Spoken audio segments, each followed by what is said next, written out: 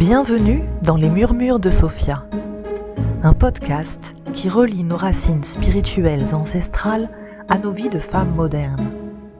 Que tu sois mère, fille ou grand-mère, une femme accomplie ou en devenir, il existe un savoir qui ne s'apprend pas mais qui se transmet dans la sororité, la tendresse, le soutien et le respect du vivant.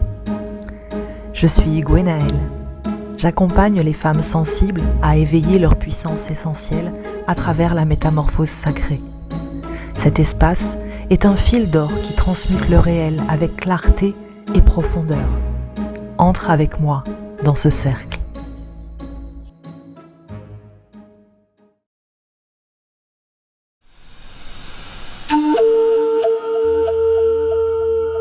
Aujourd'hui, j'aimerais te parler des limites.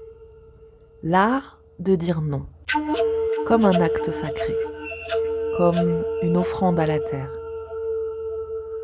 Sophia, dans sa chute, a su poser des limites au chaos, à son propre déséquilibre, pour retrouver le lien à la source.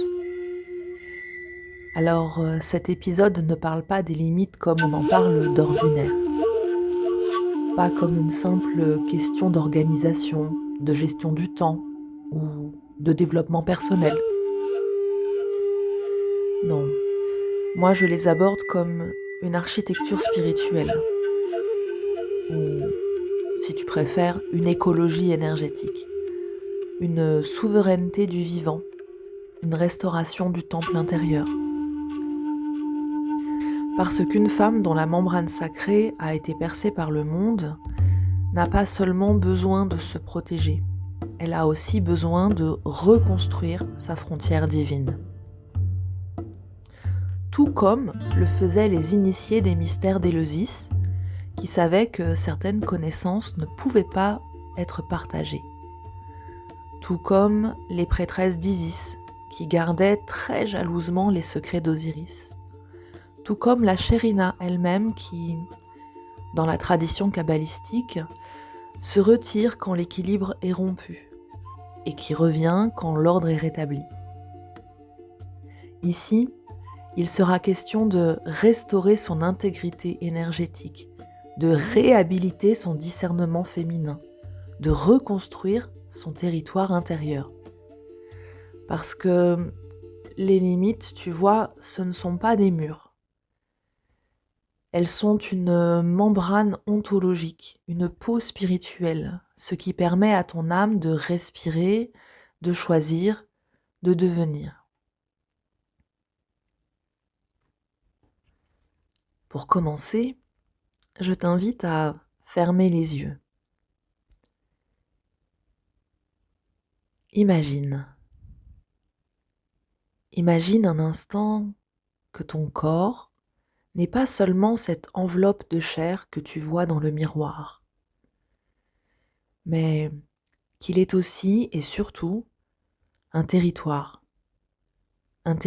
sacré, un jardin clos où coule une source d'eau vive, où brûle une flamme que rien ne doit éteindre. Et tout autour de ce territoire, il y a une membrane, une frontière vivante, vibrante, presque organique, qui palpite au rythme de ton cœur. Une membrane qui n'est pas une prison, mais plutôt une peau spirituelle, une respiration entre ce que tu es et ce que le monde veut que tu sois. Les Grecs l'appelaient le horos, cette limite qui sépare le chaos de ta propre clarté. Et si tu tends l'oreille très fort, tu entendras peut-être que cette membrane murmure. Elle murmure des mots anciens, des mots oubliés, des mots que ton âme connaît depuis toujours, mais que ta bouche a peur de prononcer. Non, pas maintenant. Écarte-toi. Laisse-moi tranquille. Ne rentre pas. Sors de là. Pour moi, cette membrane, cette frontière de ton espace énergétique, elle est comme l'hymen, cette première frontière du corps féminin. L'hymen, c'est l'image de l'intégrité première. J'en profite pour rétablir une vérité. Contrairement à ce que l'on a toujours entendu, l'hymen n'a pas de lien avec la virginité. Mais lors d'une pénétration violente, ou lors d'une première pénétration, ça peut arriver, cette membrane délicate peut se déchirer. Alors, ton horos, la délimitation de ton territoire vibratoire, est aussi une membrane délicate qui peut être violée, franchie sans permission. Et si aujourd'hui, poser des limites, c'était recoudre cette déchirure, comme si, en disant non, tu restaurais l'intégrité de ton temple intérieur, tu reconstruisais ton hymen sacré. Pas dans l'idée de te fermer au monde, mais plutôt pour choisir ce qui a le droit d'entrer. Et c'est là que la Sophia entre en jeu, la sagesse. Pas la Sophia douce, passive, qui accueille tout sans discernement, mais plutôt Sophia l'architecte, Sophia l'intelligence qui ordonne le chaos, celle qui, dans les textes gnostiques, a osé chercher la connaissance sans demander la permission, qui a transgressé pour créer et qui, quand elle a vu que son propre déséquilibre menaçait de tout engloutir, a posé des limites. Parce que la sagesse, tu vois, ce n'est pas seulement savoir, c'est aussi refuser, trier, sélectionner, laisser dehors tout ce qui constitue un grain de sable dans tes rouages antérieurs. Alors aujourd'hui, on ne va pas parler de développement personnel, non, on va plutôt parler de souveraineté. On va parler de l'art sacré de dire non.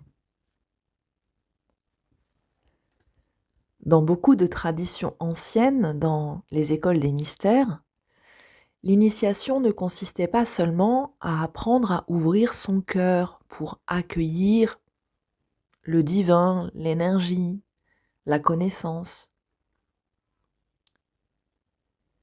mais plutôt à apprendre ce qui mérite d'y entrer. La frontière n'était pas un enfermement. Elle était ce qui permettait à une chose sacrée de conserver sa nature. Et le corps féminin porte lui-même la mémoire symbolique de cette frontière. Comme si l'âme savait depuis toujours qu'un territoire sacré doit pouvoir choisir ce qu'il laisse entrer. Et je le vois souvent en séance, les personnes qui ont beaucoup de mal à poser leur territoire, à dire non, ont depuis l'enfance appris à construire des murs, des cuirasses, des carapaces pour se préserver du monde. L'armure, elle ne filtre pas. C'est-à-dire qu'à force de se replier, de se protéger, on se surprotège et on ne laisse plus rien rentrer dans son cœur. On ne laisse plus rentrer non plus le côté positif des choses. Donc on ne se nourrit pas. Et avant de te proposer, si tu portes encore cette cuirasse ou cette carapace, de t'en défaire, je crois qu'il faut d'abord commencer par t'expliquer pourquoi il est sain, pourquoi il est juste de savoir dire non, de dessiner son cercle sacré et de travailler sur cette membrane. Ta membrane, si tu n'as plus de carapace, elle est certainement très poreuse. Mais si tu en as une, c'est aussi parce qu'elle est très poreuse. Donc je ne vais pas te proposer de te mettre à nu là, maintenant, même si on peut te dire que la vulnérabilité est quelque chose de beau, de bon. Là, tu te retrouverais plutôt en situation de fragilité. Donc on va y aller tout doucement. Les temples, donc, avaient des gardiennes pour protéger ce qui était sacré. Aujourd'hui, le monde moderne nous apprend à rester ouverte à tout. Il faut être accessible, disponible, joignable, transparente, généreuse. Mais une âme qui laisse tout entrer finit parfois par ne plus savoir ce qui lui appartient. Et peut-être que le véritable chemin spirituel ne commence pas quand on apprend à tout accueillir, mais quand on apprend enfin ce qui mérite d'entrer. Et si on commençait par là? Qu'est-ce qui, dans ta vie, a franchi ton Horos sans que tu aies donné ton accord?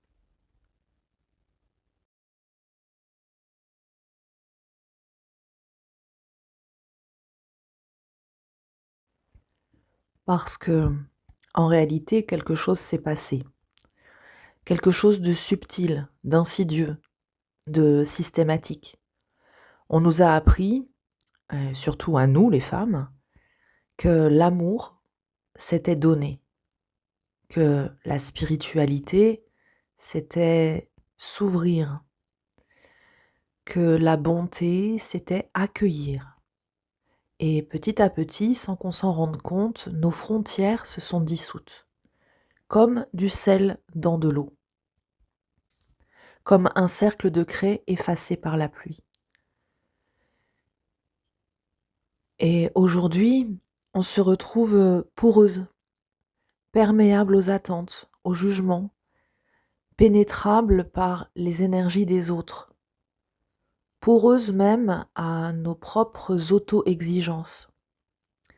On se retrouve comme ces temples antiques dont les portes ont été forcées, ces temples dont les murs ont été abattus, dont les sanctuaires ont été profanés.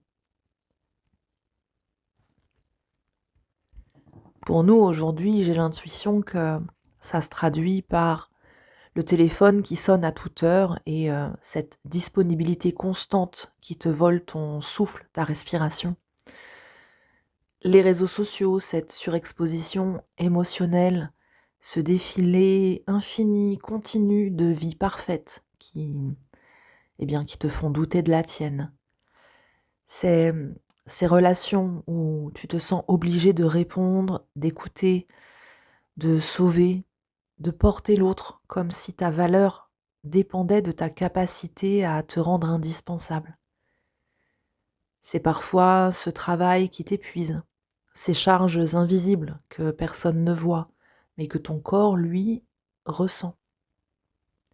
Ce sont ces injonctions constantes de performance, de ténacité, d'effort, de perfection, de famille parfaite, de comportement exemplaire, de lâcher prise face aux agressions.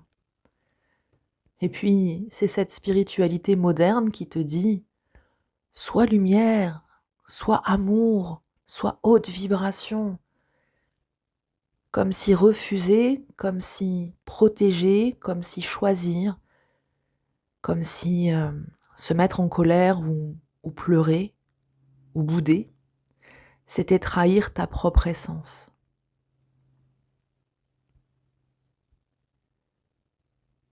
Et tout ça, ça s'est produit, on l'a laissé rentrer dans notre espace intérieur parce qu'il y a des héritages. Les héritages de nos lignées, de nos mères parfois, de nos grands-mères plus sûrement, et encore plus sûrement nos arrière, arrière, arrière, arrière-grand-mères, qui n'ont pas toujours eu le choix, qui parfois ne l'avaient pas du tout, qui parfois ont dû subir leur vie, qui ont dû se taire, s'effacer. Et nous, aujourd'hui, on porte ce poids sans même le savoir, comme si, quelque part, on avait peur de dire non. On avait peur de trahir celles qui n'ont pas pu le faire avant nous. Pourtant, à chaque fois que nous posons des limites ou que nous faisons un choix pour nous-mêmes, nous les libérons. Mais ton corps, lui, il n'a pas oublié. Il se souvient de ce que ton mental a appris à ignorer. Tu sais, moi je suis quelqu'un qui somatise énormément parce que dans la vie quotidienne, je suis une silencieuse. Et quelques années en arrière, j'ai constaté que à chaque fois que mon dos se bloquait ou à chaque fois que je faisais une éruption cutanée ou une crise de psoriasis, c'est que quelqu'un avait franchi ma limite. Il me suffisait de me remémorer de ce que j'avais vécu dans les 3 jours qui avaient précédé le déclenchement et et souvent je découvrais qu'il y avait eu une agression verbale que je n'avais pas forcément notée sur le moment, une intrusion dans mon territoire. Parfois, on m'avait forcé la main à faire quelque chose que je n'avais pas envie de faire ou alors on m'avait empêché de respirer librement. Alors j'imagine que toi aussi, ton corps s'exprime souvent avant même que tu aies identifié l'intrusion. Un eczéma, des rougeurs, des douleurs, des insomnies, une incapacité à te reposer ou à te détendre. Tout cela dans un monde qui ne respecte pas tes seuils. Et alors on nous dit, écoute ton corps, mais on ne nous dit pas comment, ni pourquoi. On ne nous explique pas que ce corps, c'est ton premier oracle, qu'il est le gardien du seuil, celui qui sonne l'alarme quand une limite est franchie. On nous explique rarement qu'il traduit en symptômes ce que ton âme n'ose pas encore crier. Bon, c'est quand même un discours qu'on commence à entendre de plus en plus. Et j'imagine que si tu es en train d'écouter ce podcast, c'est que tu en es déjà bien consciente. Alors je te demande, quand est-ce que ton corps a parlé pour la dernière fois? Et est-ce que tu l'as écouté? Parce que ce qui est troublant, tu vois, ce n'est pas que le monde veuille entrer dans ton temple. Le pire, c'est que toi, tu as appris à laisser faire. Comme si ton sacré, c'était d'être une source infinie. Comme si ton devoir, c'était d'être toujours ouverte, toujours disponible, toujours accessible. Mais une source, sans rocher pour canaliser son eau, eh bien, ça devient un marécage. Une source sans pente, sans évacuation, ça s'épuise. Et dans le marécage, on se noie, on disparaît. Ton eau intérieure, l'eau de tes émotions, l'eau de ta vie, de ton expérience, de tes relations, devient une eau morte. elle brouille tes mémoires et petit à petit, tu t'enlises dans des émotions grises. Alors, il arrive un moment où tu craques, où tu dis stop, où tu oses dire ce non qui te brûle les lèvres depuis si longtemps. Et là, quelque chose se passe.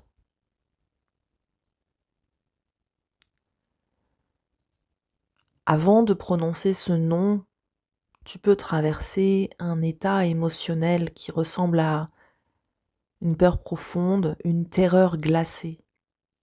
Cette peur qui te serre la gorge, qui te fait douter de tout.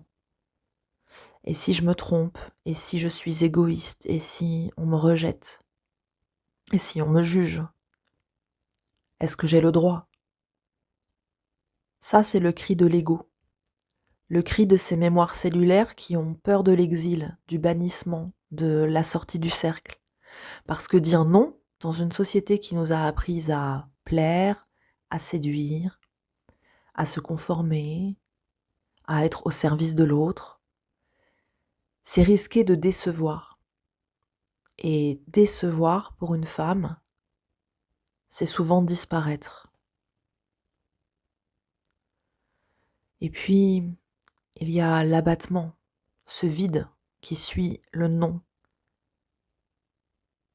Cette sensation d'être à la fois soulagé et épuisé, vidé. Comme si tu avais couru un marathon pour franchir une ligne d'arrivée et que soudain, tu réalisais que la course ne faisait que commencer. Tu es sauvé, oui, mais tu saignes. Parce que le non sacré, eh bien, c'est une chirurgie de l'âme. Et toute chirurgie laisse des cicatrices. Tu vois, j'ai connu ça quand j'avais 25 ans. Tout allait bien dans ma vie, j'avais une belle carrière.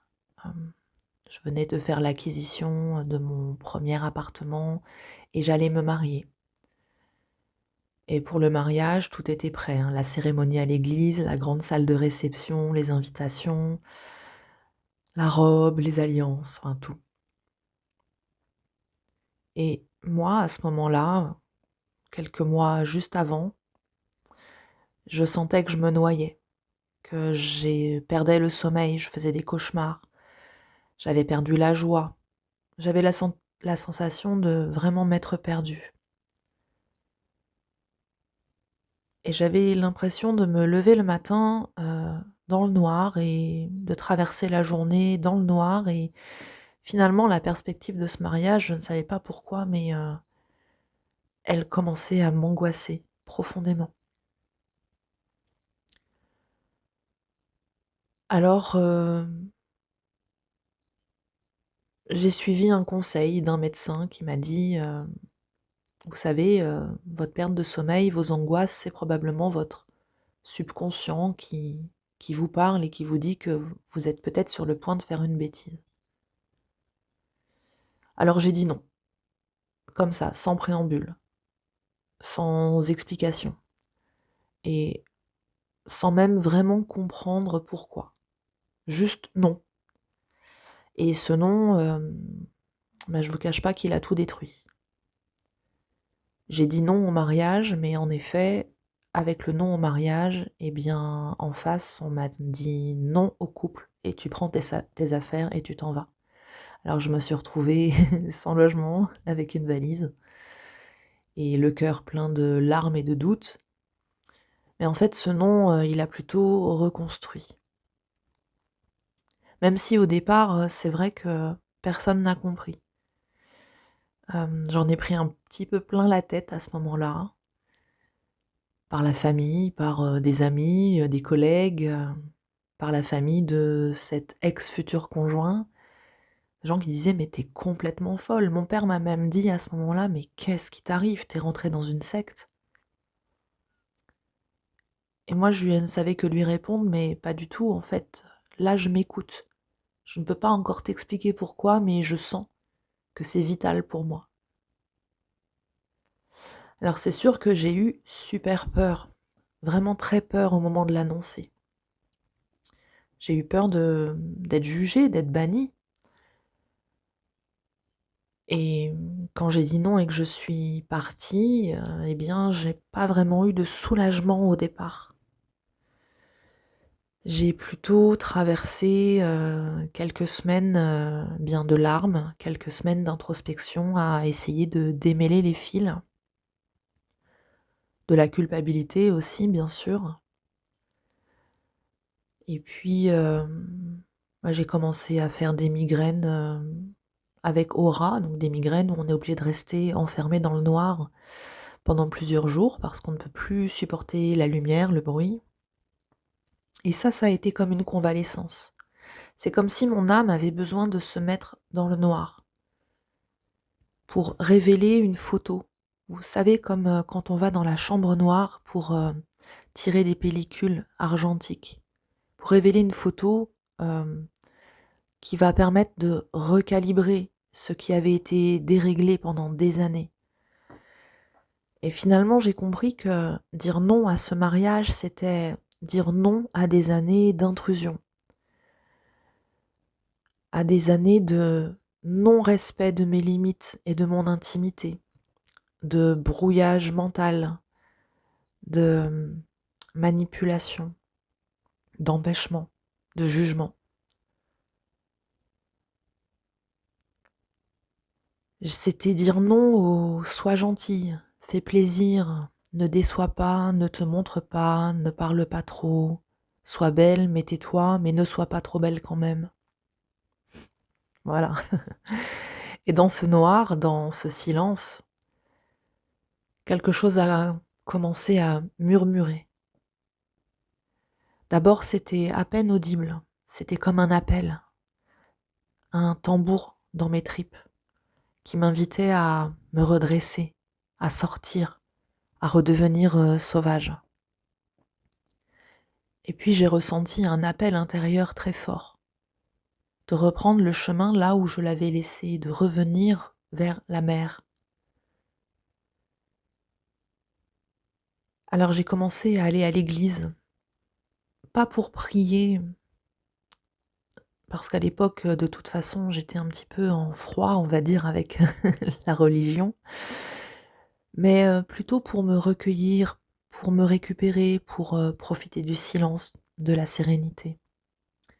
Et je me suis mise à arpenter toutes les églises de Paris et à systématiquement me retrouver dans les petites chapelles derrière l'autel qui sont consacrées, eh bien, à la Vierge noire, celle qui porte en elle la lumière et l'ombre, la douceur et la force. Ces chapelles à la Vierge noire, c'est un petit peu un aveu que, certes, on est arrivé avec notre religion, mais on a quand même compris que les païens qui étaient là avant nous et qui étaient dans l'adoration de cette Vierge noire, la Morigane, eh bien, ils avaient probablement senti quelque chose de très vrai. Et petit à petit, j'ai senti la terre m'appeler, comme une mère qui tend les bras à son enfant. Tu vois, c'était fort et c'était presque indicible, ineffable, euh, sans mots, juste cette sensation de vie pleine, ronde. Et il y a eu la sortie. Quand je suis sortie de ce temps, je n'étais pas la même qu'à l'entrée. J'étais entrée dans cette chambre noire, dans cette grotte profonde, comme une jeune femme qui s'excusait de tout, qui vivait un petit peu en retrait, dans le silence, dans la honte d'elle-même, dans la culpabilité. Et quand je suis sortie de cette phase, j'étais très différente, presque sauvage, beaucoup plus conquérante, plus rebelle et surtout plus fort. Parce que tu vois, le non sacré, c'est pas une fin.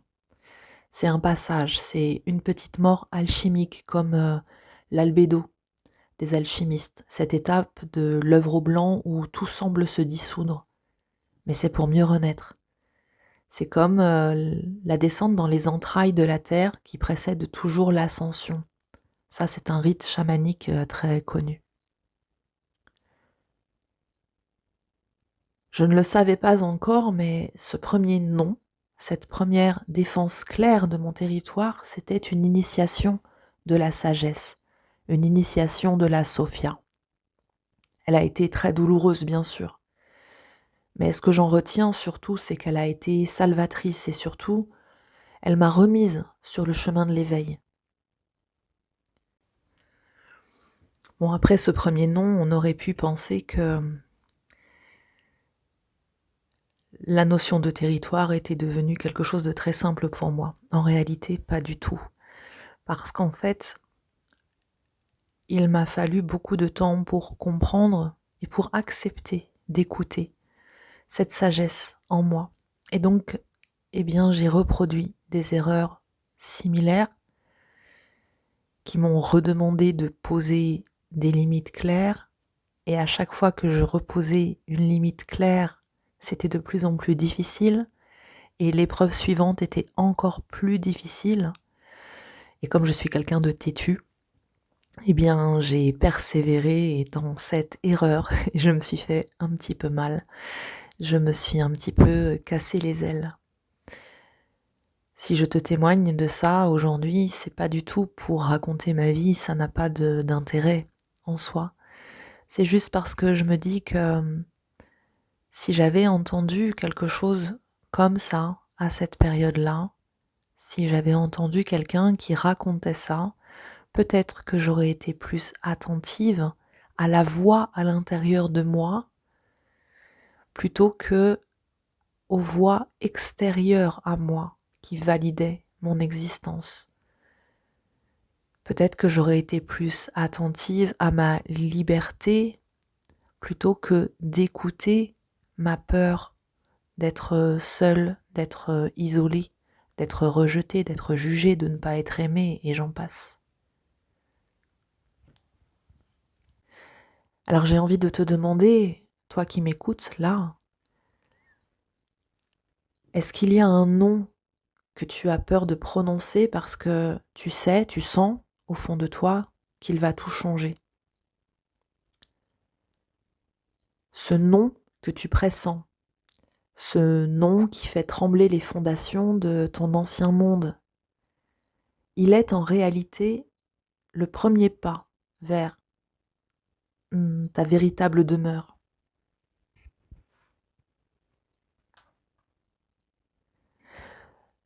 Nous nous arrêterons ici, sur ce seuil, pour laisser à ton âme le temps de respirer et à ton corps celui d'intégrer ce que nous avons réveillé aujourd'hui. Je te remercie pour ton écoute, pour ta présence, et je te donne rendez-vous la semaine prochaine pour la seconde partie de ce voyage où nous apprendrons ensemble à reconstruire le temple et à sceller ton alliance avec la souveraineté de la Sophia.